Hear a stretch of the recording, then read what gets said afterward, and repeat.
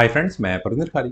Friends, आज की हमारी game FIDE grand Swiss women section की। अगर आप लोगों ने आज का अखबार पढ़ा होगा तो आपको पता लग चुका होगा कि रमेश बाबू वैशाली इस टूर्नामेंट को वुमेन सेक्शन के जीत चुकी है। चलिए, मैं यहाँ इस टूर्नामेंट की एक गेम आप लोगों के लिए लेकर आया हूँ जो थी सेकेंड राउंड में, और इनके सामने एक डच खिलाड़ी थी एलेना रॉबर्ट्स, या एलन रॉबर्ट्स, जिस भी तरह से प्रोनाउंस करेंगे। वैशाली रमेश बाबू का यहाँ ब्लैक पीसेस के साथ खेल रही थी। E4 के साथ एलेन ने पहला मूव चला। E5 का रेस्पॉन्स यहाँ वैशाली ने दिया। Night F3, night C6, bishop B4, royal Lopez A6, bishop पर अटैक बना तो बिशप ये हटाना पड़ा A4 स्क्वायर पर। देन हुआ bishop C5, C3, knight G goes to E7, then D4, C E takes D4, और यूजुअली जिस तरह से गेम आगे बढ़ी जाती पता ही है, लेकिन नाइट टेक्स D4 के ऑप्शन को चुना गया। इसके बाद यहाँ ब्लैक ने कैसल कर लिया है। वैशाली ने अपनी गेम को सिंपल रखा, development safety first. Bishop G5, ठीक है, नाइट कुछ देर के लिए पिन हो चुका है, कोई इशू नहीं है। H6 हटाओ बिशप को, गया H4 स्क्वायर पर। देन हुआ नाइट E5। हाँ, नाइट E5, अच्छा ये नाइट बिल्कुल बिशप को हटाने का दूसरा तरीका हो जाता है। F4 खेला गया नाइट पर अटैक, लेकिन इस नाइट को जाना G6 स्क्वायर पर था। बिशप पर अटैक बना, गया वो G3 स्क्वायर पर। देन खेला गया F5, और F5 किस लिए?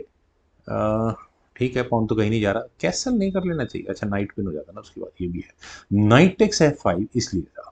देन खेला गया D5। फ्रेंड्स, फिलहाल वाइट यहाँ कैसल नहीं कर सकता है, पॉन सेक्रीफाइस जैसा कुछ है नहीं। खैर, यहाँ एक और पॉन सेक्रीफाइस दिया है ब्लैक ने, एक्सेप्ट किया जा सकता, ऑब्वियसली नहीं किया जा सकता। अगर यहाँ नाइट टेक्स E7 चेक भी किया गया, जो कि बेटर ऑप्शन थी, तो उसके बाद क्वीन टेक्स E7 होगा, क्वीन टेक्स D5 चेक होगा, किंग H8, और उसके बाद फर्दर आगे डेवलपमेंट की जा सकती थी व्हाइट की तरफ से। लेकिन व्हाइट ने अपने बिशप को लिया B3 स्क्वायर पर, और ये क्वेश्चनेबल है, आपने पॉन पिन किया किस बेस पर पिन किया? एलिमिनेट तो नाइट होना ही है। Knight takes F5। वैसे मैं रेटिंग के उससे बोल रहा हूँ, वैसे नहीं कि अगर मेरे सामने कोई डेंजरस खिलाड़ी है ना, तो मैं क्या करूँगा, सबसे पहले मेटल थोड़ा ट्रेड कर लूँगा। Queen takes D5 check, queen takes D5, bishop takes D5 check, king H7, और फिर फर्दर ये गेम आगे बढ़ाता। लेकिन यहाँ खेला गया E टेक्स D5, और एलिन ने हिम्मत दिखाई वैशाली के सामने। बिशप टेक्स F5 हुआ, और अब क्या किया जाए? अभी भी चांस है क्वीन एक्सचेंज करने की, लेकिन क्वीन एक्सचेंज न करके बिशप टेक्स D5 चेक की ऑप्शन को चुना गया। किंग गया H8 स्क्वायर पर, और व्हाइट की समस्या कि वो अभी तक भी कैसल नहीं कर पाया, पीसेस पूरे डेवलप हुए नहीं है। बिशप गया F2 स्क्वायर पर, बिशप एक्सचेंज की बात हो रही है, लेकिन अब थोड़ा लेट हो चुका है। नाइट के लिए यहाँ F4 पॉन, व्हाइट ने कहा कि ले लो, लेकिन परेशानी बनती है।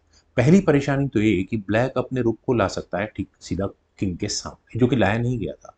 अगर यहाँ रुक E8 चेक होता है तो ब्लैक की कंप्लीट डोमिनेंस है इस गेम में। अब किंग के जाने के लिए कौन सा स्क्वायर अवेलेबल है? देखिए, D2 स्क्वायर तो आउट ऑफ क्वेश्चन, मान लो सीधा बिशप जाएगा, एक पीस सीधा सीधा हाथ से निकल गया और कुछ नहीं होगा। तो किंग को ले जाते हैं यहाँ F1 स्क्वायर पर, उसमें भी जान नहीं बचती। नाइट टेक्स F4 होगा, और अगले मूव में आपको बिशप की एंट्री बड़ी डेंजरस नजर आएगी।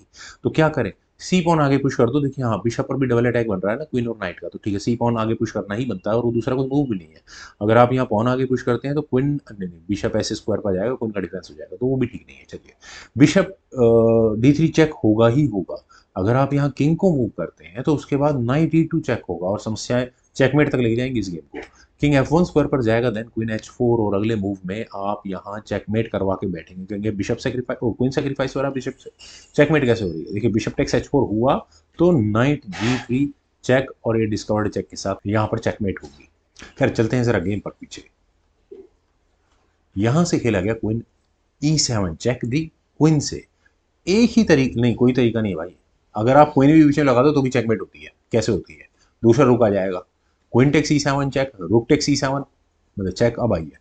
अब किंग कहाँ जाए? देखिए, किंग को अगर आप F1 स्क्वायर पर गलती से ले गए तो बिशप से चेक आएगी, किंग को G1 स्क्वायर पर जाना पड़ेगा, देन उसके बाद रुक E1 चेक होगा, और बिशप पिन है तो चेकमेट हो चुकी होगी। तो थोड़ा पीछे चले, किंग को D1 स्क्वायर पर लेकर जाना पड़ता है। उसके बाद आपका बिशप गया, यहाँ बिशप टेक्स F2 होगा ही होगा, और अगले मूव में समस्याएं और गंभीर होती चली जाएंगी।